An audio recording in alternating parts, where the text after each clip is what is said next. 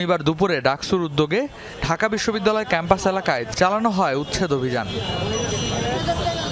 ডাকসুর সমাজসেবা সম্পাদক এবি জুবায়েরের নেতৃত্বে এবং ঢাকা বিশ্ববিদ্যালয়ের প্রক্টরিয়াল টিমের সহযোগিতায় হয় এই অভিযান।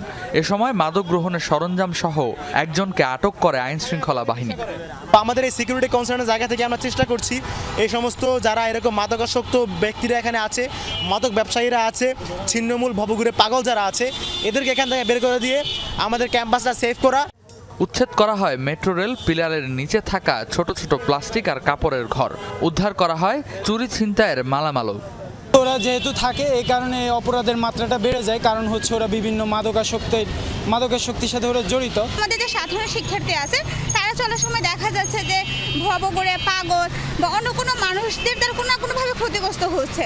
তো একটা ক্যাম্পাসের শিক্ষার জন্য তো এটা স্বাভাবিক পরিবেশ না।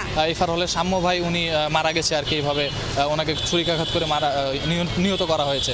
তো এটা আমাদের জন্য কতটা কনসার্নিং একটা বিষয়।